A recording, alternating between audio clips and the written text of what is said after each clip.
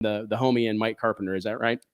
Mike wants to be a part of the Doorslammer question. So I think I'm going to speak for both of us here. As dyed-in-the-wool Doorslammer guys, I have to ask, is this chapter of your career, the Pro Stock, Pro Mod chapter of your career, or Radio Verse the World, or maybe even No Prep, or like the Big Tire Outlaw stuff you did at the Streetcar Super Nationals Grudge event down here in Dallas a few months ago, is that something that you feel is behind you, man? And I guess I'm going to screw up here a little bit, but this might be a good time to interject.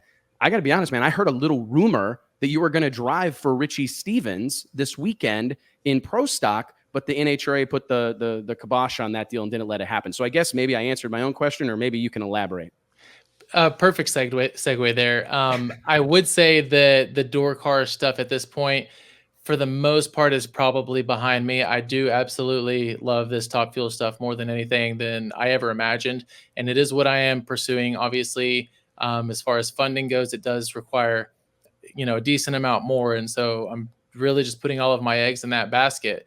I was asked by Richie if I'd be interested in driving his car at the U.S. Nationals this weekend in Pro Stock, because he lives in New Orleans and they were affected by the hurricane. I told him, I do hate the circumstances of what presented the opportunity, but I said I would absolutely love to drive the car for him. I've probably ran as many races in two cars in two categories as I have in a single category. And so I've done it a ton, and I reached out to NHRA, and they do have an old dinosaur rule in the rule book that says you can't run two pro categories.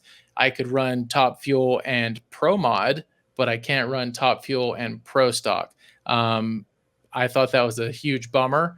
But all you can assume is that there's a reason from way back in the day. I don't know. There's got to be more to it than what we can see. That's just what you have to assume, right? I guess I don't totally. And Mike, do you have like some insight? Because for one thing, I want to say is that they have let the Top Fuel Pro Mod thing happen, because if you remember, Khaled Belushi, did that. I believe Leah may have done that a little bit. I think when she was driving the R2B2 Top Fuel or the Fun Pro Mod, I'm not totally sure, but it has happened. But there's two parts of this. Yet another example of the Pro Mod division not getting treated with the respect, in my opinion, my belief, that they deserve. Mike, do you know something about this that maybe I don't? I really don't. And I mean, it's probably pretty rare for it to happen at the same race. You might see guys that would do this, alternate or go back and forth from Top Fuel to Pro Mod or something like that, but to happen at the same race, I think is what is the concern, Alex? Did they explain what the issue is necessarily? No, I didn't get any explanation other than, it's been asked before, and if they made an exception this one time, that it would open up Pandora's box for future issues. And that's what I'm saying. There must be more to it. What that is, or what the issues are. Is it a scheduling thing? Is it a competitive thing where someone could compete, like a Steve Torrance or somebody could compete in all three classes and they don't want that? I mean, kind of. I wonder if it has something to do with like timing. We've experienced that ourselves, right? Like that's what I mean. We've experienced that ourselves. We had a situation at the World Doorslammer Nationals earlier this year, the CTEC World Doorslammer Nationals presented by Jegs in Orlando. An interesting situation where Erica Enders was racing Pro Stock, obviously competing in our headline category, but also in Comp Eliminator.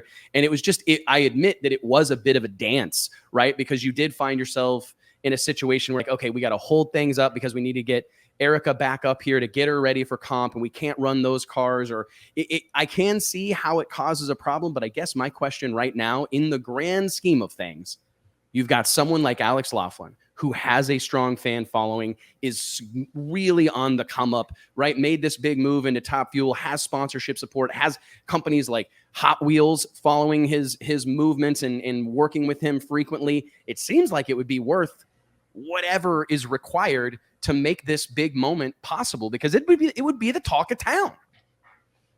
Yeah, I think it would be a cool deal. Unfortunately, they shot it down. But you look back to just a few years ago, you had to be 18 years old to be able to compete in a pro category. That was another old dinosaur rule, and they ended up changing that for Tanner Gray. But I guess at the end of the day, I don't have the money to buy the rules. Oh, yeah, it usually Well, comes to that, right? But I mean, unfortunately, I do think that sometimes those things are at play, whether we like it or not. I mean, it's the way of the world, especially here in 2021, man. well, this A deal is checkbook especially. can change things. I do find it interesting, especially with some of the car count issues Yeah, I was that the going to say NHRA car has had counts are in down. 2022, or excuse me, in 2021. It feels like anything we could do to Yeah, get exactly. another rig in the pits, because I look at it from so many different angles. Like when I put my promoter hat on, unfortunately, I can't help but think about another tractor trailer in the pits, right? Another somebody to get an autograph or to walk by and take pictures, things like that. I mean, it really adds to the event in a lot of different ways, more so than just on the racetrack. Interesting thing. Do you look back?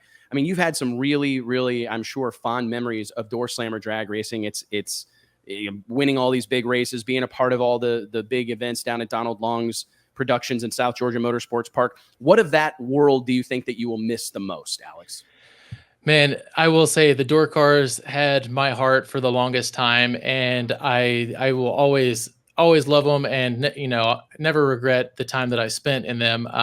They are difficult to drive. They're a blast to drive. It is a completely different feeling. So I can't quite say that I just absolutely love the Top Fuel stuff so much more, because it is still very different.